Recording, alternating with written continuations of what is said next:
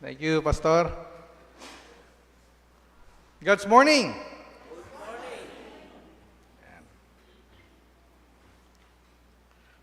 Nasa last day na po tayo ng ating simbang gabi, simbang umaga.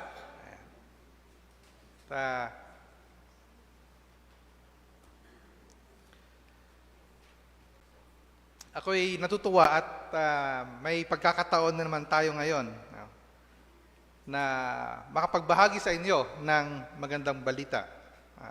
I always look forward to coming home here in Tugigaraw, especially on this Christmas season. So I thank God for the opportunity to share with you the good news today as we celebrate the last day of this Advent season. At bukas ay Christmas na, Christmas season. So sino ang mga nakakompleto ng siyam na araw? Ayan.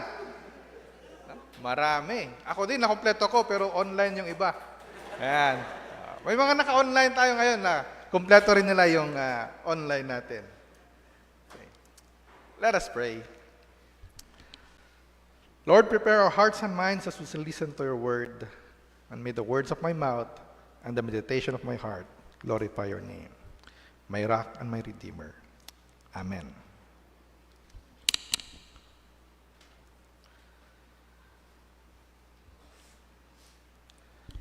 The text that was read to us this morning comes from, baka malaglag ako, comes from the Gospel of Luke. And Luke is a very unique gospel. It's a unique book for several reasons. And one of the things about the Gospel of Luke is that it was written by a doctor. And he was a Gentile. So yung ibang mga gospel natin, ang sumulat nun ay mga Hudyo, mga Jews. So, the author of Luke, he was not Jewish, unlike the other authors. And so, he understood the importance of faith in Jesus, the work of Jesus, and the faith of non-Jewish followers of Jesus, the early Christian, during the time. So, the Gospel of Luke emphasized to us that God is not only the God of the Jews. Yun nga ang author niya, hindi nga Jewish eh. But also the God of these Gentiles. At kasama dun sa mga Gentiles na yun, ang mga kasama kauri nila, yung mga marginalized people. Mga katulad ng mga shepherds. And so, yung binasa natin this morning, we read about the shepherds who heard the news. The message of this last day of Advent was given to these shepherds who praised the King. At yun yung magiging tema ng ating huling araw ngayon. So, let me share with you three things. Tatlong bagay. Three things that I invite you to reflect on as we praise the King. Sabihin nga natin, praise the King! Praise the King. Ayan. Marami tayong pinapasalamat sa Panginoon. No? Salamat tayo sa blessings natin. Ngayong December, no? Marami kayong blessings. May mga regalong natanggap, may mga bata, yung mga nasa trabaho, may 13th month pay, ayan. May mga bonus. But what are the things that we praise God for? So the first is we praise the King for the good news that was brought to us. The good news of salvation, not only for the few, but for everybody, including the marginalized. God's choice to reveal the birth of Jesus to the shepherds emphasize God's heart for the marginalized and His desire to bring hope and dignity to all kinds of people.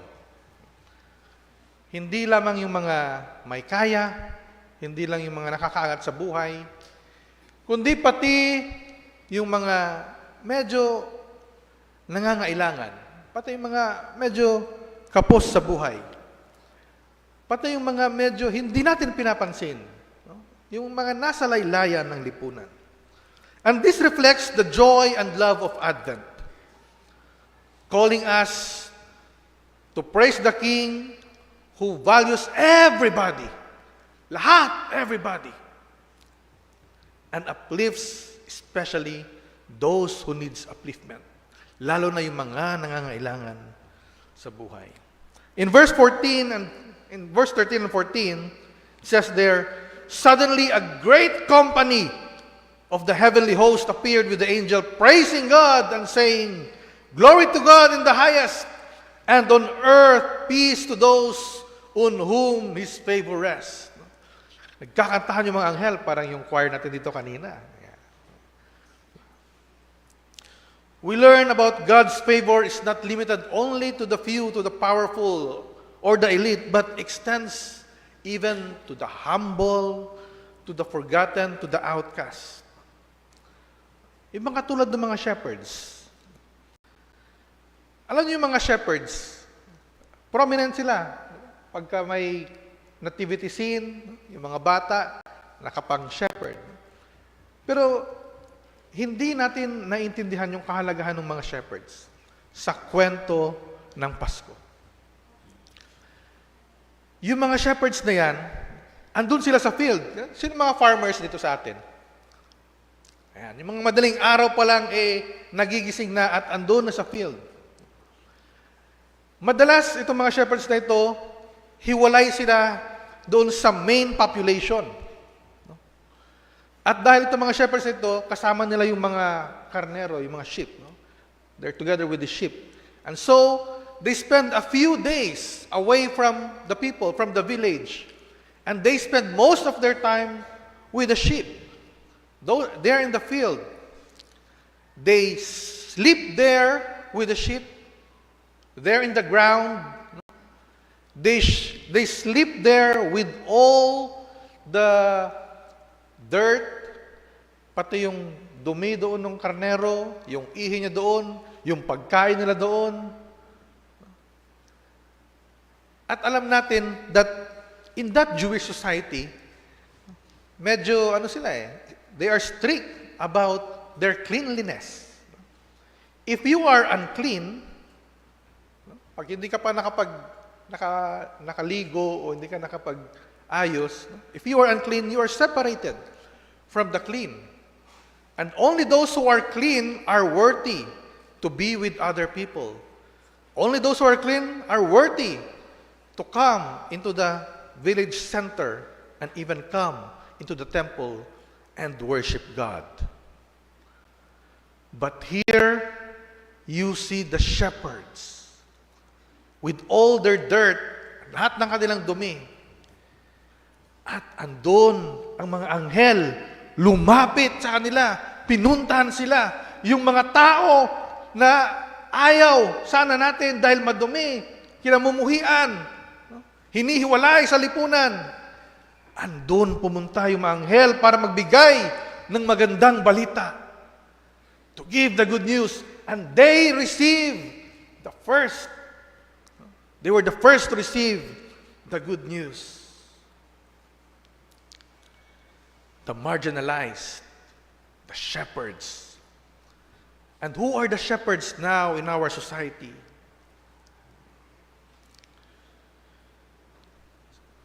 Sabi ni Pastor, ako nga po ay isang doktor, ako ay isang pastor, ako ay missionary doctor. And madalas, ang aking trabaho ay it brings me to the mountains, to the indigenous people, to our brothers and sisters who are tinatawag natin mga natives, the indigenous people. At nakakalungkot dahil the people, these indigenous people, no, they look at themselves different from us. No? Madalas kapag pumupunta ako doon, tinatanong ko sila, there was this one instance that I was talking to the father dahil bagong panganak yung kanyang asawa at kailangang dalhin sa ospital, no? Dahil medyo komplikado yung kanyang pagbubuntis, yung kanyang panganak. So sabi ko, Manong, sino ang tumulong sa inyo na magpaanak doon sa asawa ninyo at tumulong sa baby ninyo para dalhin doon sa ospital? Yun pong mga tao, sabi niya. Doktor, yung mga tao po. Sinong mga tao? Yung mga taong katulad niyo, no? Yung mga hindi katulad namin. So they think they are different from us because they feel discriminated. Yung mga katulad ninyo, sabi niya. Yung mga hindi katulad namin. Bakit? Hindi rin ba sila tao na katulad natin? And John Wesley, during his time, emphasized that we must look at our brothers and sisters as equals in the image and likeness of God. And this is one of the marks of the Methodist. Ito isang mga marka ng isang Metodista. We are taught that as Christians, we must be able to extend works of mercy to those who are in need, to the poor, works of mercy, and extend our help to the sick, to visit those who are in prison. We must be able to acknowledge and uplift these marginalized people in our community and include them. Inclusion of everybody. And this is one of the marks of the gospel of Jesus. Diba? At inakusahan nga si Jesus. Sino ba yung mga kasama mo pag kumakain ka, Jesus? Yung mga prostitute, yung mga makasalanan, yung mga outcast, yung mga kriminal. Bakit yan ang kasama ni Jesus? Yun dapat ang kasama ng simbahan. Be inclusive. And we will all sit down together. And so, as we celebrate Christmas, as you celebrate your Christmas parties and celebrations, we are reminded, how are we being inclusive? How do we reflect God's inclusivity as we look at the people who will sit with us in our celebrations? Pangalawa, sabihin natin ulit, praise the King. Ayan.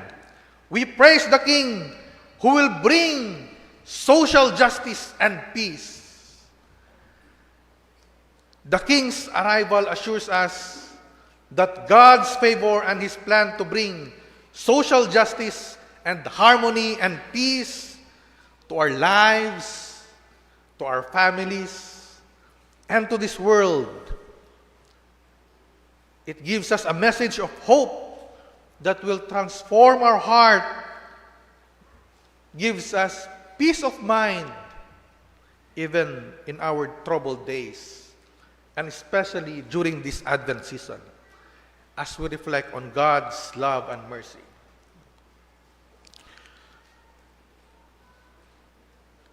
In the following verse, nabasa natin, sabi niya, the angels had left them, yung mga shepherds, and gone into heaven. And the shepherds said to one another, let's go to Bethlehem and see this thing that has happened, which the Lord has told us. Naniwala sila agad, hindi sila nagduda. The shepherds believed that this king was born already, who will bring social justice and peace. And this birth of Jesus signals the beginning of a new kingdom a kingdom where justice will reign, where his life and ministry will consistently restore the dignity of those oppressed in the society. Sabi ko nga, itong gospel ni Luke, it's very unique.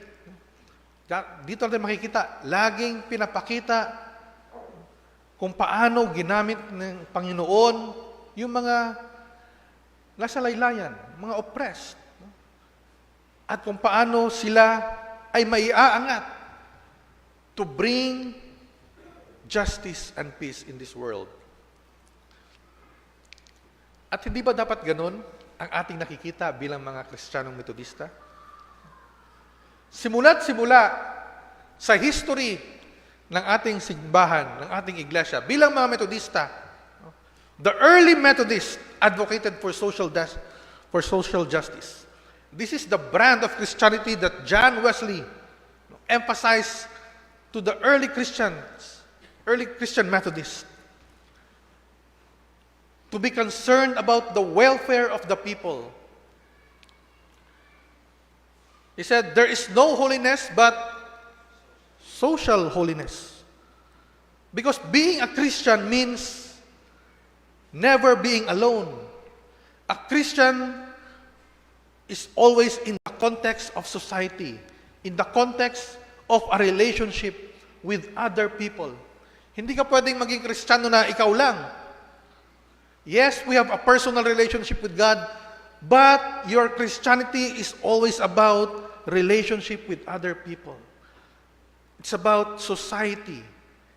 Because the society is made up of different people. And so, we must express our faith, our Christianity, our love to other people. We must be in a relationship with other people and be concerned with other people's welfare.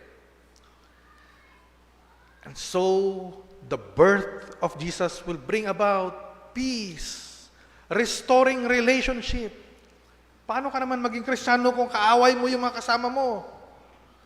So the season of Christmas reminds us to restore those broken relationships. Paano ka maging Kristiyano kung hindi ka concerned sa kapwa mo, kahit hindi mo yan kapamilya, kaibigan o kakilala? This means that we as Christians must be treating others fairly and equally, as all are created in God's image. We need to commit to actions that promote fairness and justice and equality and equity in the society. This may be as simple as resisting inhumane working conditions. Alam niyo mga kapatid, I also teach in seminary. No?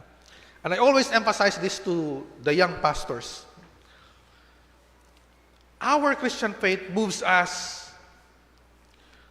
to take care also of other people's welfare. The early Methodists, no? Alam ba ninyo, sino ba dito, meron ba dito mga workers natin, yung mga skilled workers, laborers, office workers? Ayan. Nung panahon ni John Wesley, marami yung that was the Industrial Revolution. So maraming mga workers noon, no? Mga coal miners. At alam niyo yung mga coal miners, di ba? Yung kanilang working condition, no?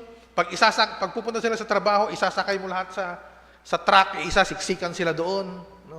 Yung kanilang tirahan doon, dugyut-dugyutan niya. Awanti, may daan mo dyan, no? Siksikan na kayo, wala ka nang mahigaan. Yung pagkain ninyo, kung ano na lang yung andyan, kulang-kulang pa. There are poor working conditions during the time, and John Wesley emphasized that we must be concerned also for the people's welfare. At doon nagsimula, improving the laborers' condition, the working condition. And the Methodists were the ones who advocated for improving the working conditions of the people. Yung labor code na sinasabi natin, diyan nagsimula yan sa advocacy ng mga Metodista. Nung panahon na yon, merong slavery, the Methodists Bago pa tinanggal yung slavery, they were already telling the government and the people that they are against slavery. Ayaw nila ng child labor. They are looking at the welfare of the people. Nung panahon na yon, hanggang ngayon, the cost of healthcare is so expensive. Mahal magpa-doktor. Mahal ang mga gamot. Hanggang ngayon naman, di ba? Sana yung PhilHealth natin maayos na, Ayan. And John Wesley taught his pastors and the early Methodists, meron siyang libro na ginawa, The Primitive Physique, because he wanted to bring in that social justice, na kahit yung mga walang pera ay mabigyan ng gamot, they can afford na magpa-check up, kahit na yung mga preventive na mga gawain, katulad ng pag-exercise, pag-inom ng tama, pagkain ng tama. Because as Christians, we advocate for systemic changes that align with God's justice. One big example, and I hope you will always remember, this church, this local church, has a school. We have a school. And the Methodist Church has a lot of schools. Meron tayong John Wesley College, meron tayong MSD, Methodist Christian School. These schools were there because nung unang panahon, they wanted to bring education for everybody, sa mga bata. Yung hindi na maturuan ng gobyerno, paano natin sila matutulungan at maturuan? Para lahat pantay-pantay. Those who do not have the opportunity to study could still learn and at least be able to read and read the Bible. And so they put up these Methodist schools.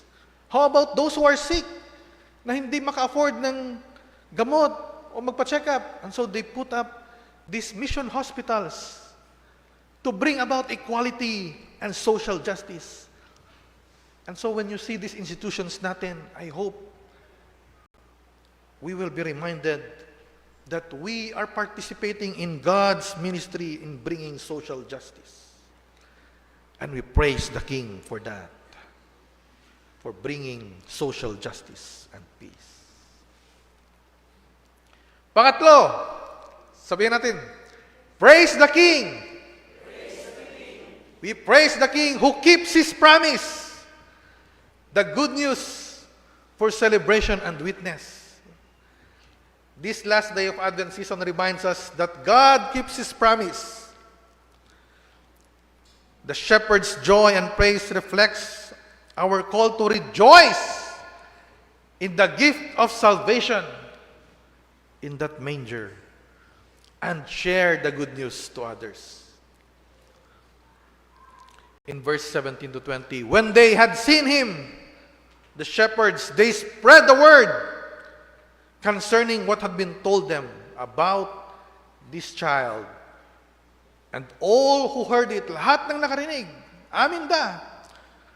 They were amazed at what the shepherds said to them. The shepherds witnessed the fulfillment of this angelic announcement as they saw the Christ Jesus. Idinakita da ni Jesus, idiyay. And they shared the good news, glorifying and praising God, what they had seen and heard.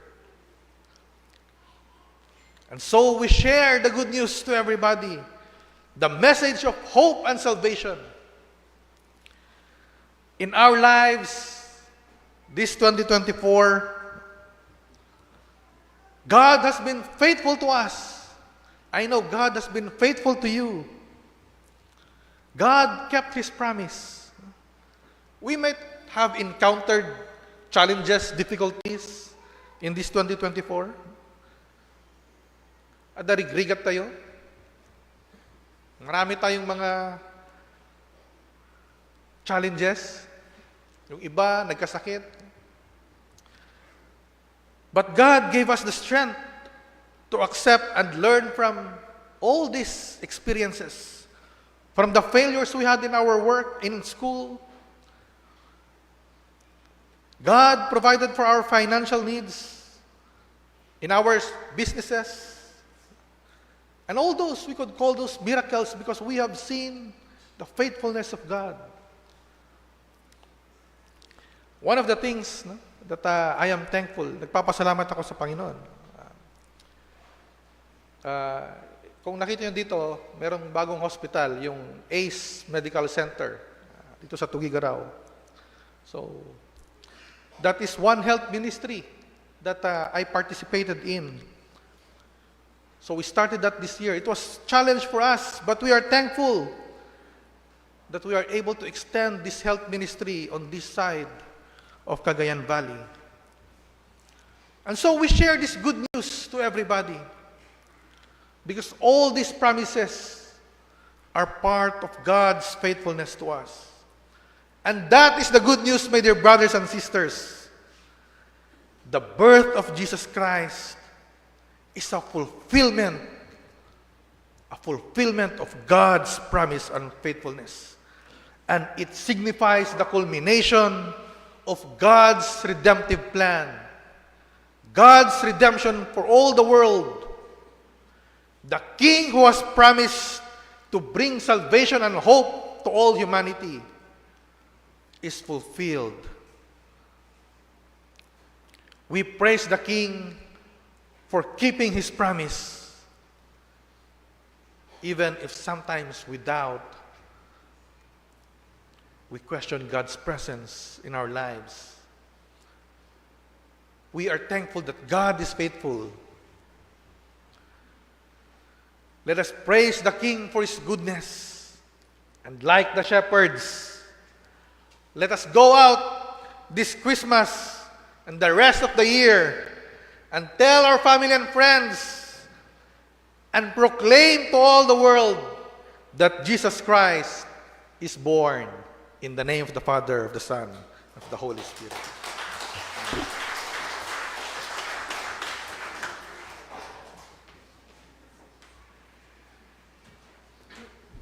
It's now offertory time, time to give our tithes.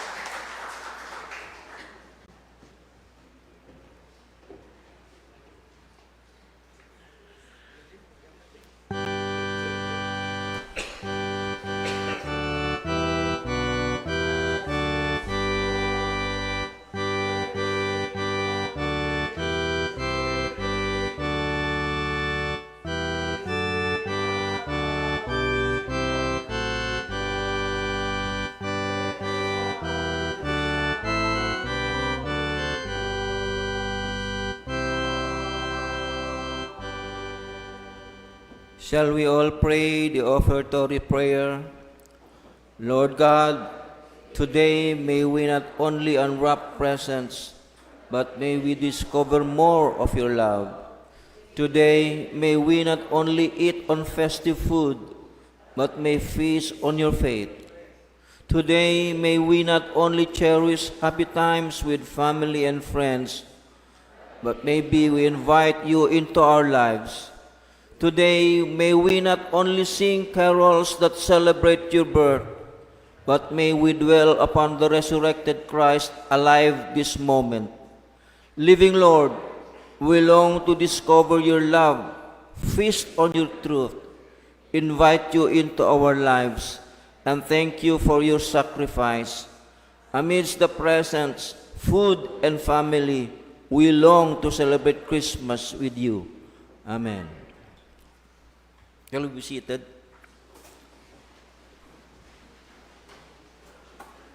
For our thanksgiving and dedication, shall we sing Go Tell It on the Mountain?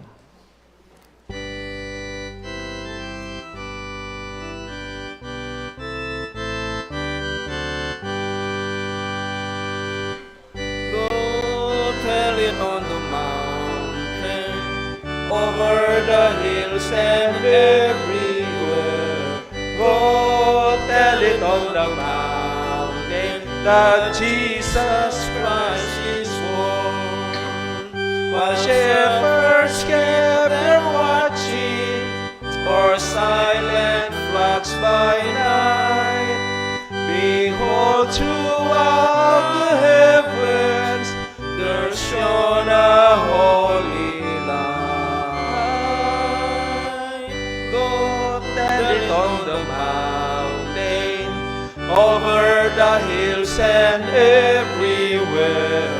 Go tell it on the mountain that Jesus Christ is born. The shepherds feared and trembled when low above the earth rang out the angel chorus that hailed our Savior's birth. Go tell it on the mountain, over the hills and everywhere. Go tell it on the mountain that Jesus Christ is born. Tayo po'y manalangin. Most gracious and loving God, we come before you in awe of your majesty and holiness. You are our Creator, the Alpha and Omega, and we lift our voices in praise and adoration. We praise you for your love, grace, and mercy that sustain us each day. And may our hearts be ever inclined to worship you in spirit and truth. Lord, we also seek your forgiveness as we come before you to confess our shortcomings and trespasses. We acknowledge the times when we have strayed from your path and the ways we have fallen short of your glory. Forgive us, we pray, and cleanse us from all unrighteousness. Help us to turn away from sin and draw closer to you, embracing the new life you offer. Kami patuloy na nagpapasalamat, Panginoon, for the countless blessings in our lives. Ito po ay lahat ng bagay na ine-enjoy namin, maging ang aming kalakasan, kalusugan, at marami pang bagay. Ina-acknowledge namin, Panginoon, na ang mga ito ay pinahintulutan mo, biyaya na nagmumula sa iyo, Panginoon. And we even thank you for the gift of love and community we are grateful for. Nagpapasalamat kami maging sa aming iglesia na patuloy na nagmomold sa buhay ng bawat isa upang mas lalo pang maging ganap ang aming buhay Kristiyano. buhay tagasunod sa iyong mga kautusan. Maraming salamat, O Lord, sa iyong katapatan. Maging ang mga provisions na ipinagkaloob mo sa aming buhay. May our hearts overflow with gratitude as we recognize you, O Lord, in every circumstance. Sa oras nito, tinataas din namin ang mga kapatid sa pananampalataya na nanguna sa aming worship, ang aming sponsors, O Lord, sa kanilang support, sa kanilang leadership, at sa kanilang pagbabahagi ng kanilang biyaya, O Lord. Bless them abundantly for their kindness and commitment. At kami nagpapasalamat maging sa inyong mensahero para sa amin sa araw na ito. We thank you for Pastor Dr. Neki Soriano. Maraming salamat at naway ang lahat ng mga mensahe, Panginoon, na ipinagkaloob mo sa amin through Him ay manatili sa puso at isipan ng bawat isa. Maisabuhay ito at makita ang bunga nito sa aming mga buhay. At naway magpapatuloy kami na palaging purihin ang hari ng mga hari. Magpapatuloy kami na ipagdiwang ang kanyang buhay, na magsaya, Panginoon, sapagkat siya ang aming hari at tagapagligtas. Pagpalain mo ang maging ang responsibilidad at pamilya ni Pastor Neki at lahat ng mga nakapaligid sa kanya. At sa oras nito, Panginoon, we bring before you all those who are suffering from illness. Kami po'y patuloy na nananalangin para kila Sir Heribert Jimenez, sa fast recovery ni Ma'am Baby Flores, kanyang patuloy na pag-chemotherapy.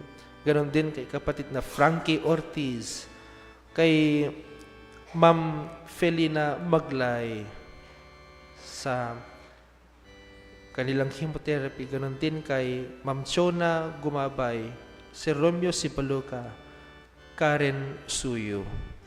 Patuloy mong pagalingin si Mrs. Mary Ann Juliana.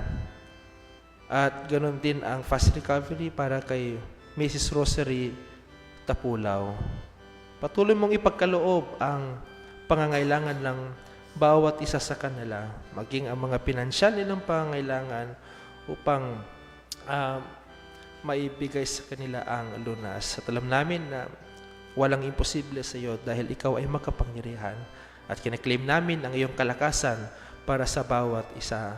We continue to pray also for Ma'am Jinky Aison, Sir Raul Ulto, Ma'am Mayra Cuarteros, Ma'am Sony Kalagi, and even Sir Rica Jo Tumangil, O Lord, sa kanilang pagdadialysis. Provide mo rin maging ang kanilang mga kailangan araw-araw.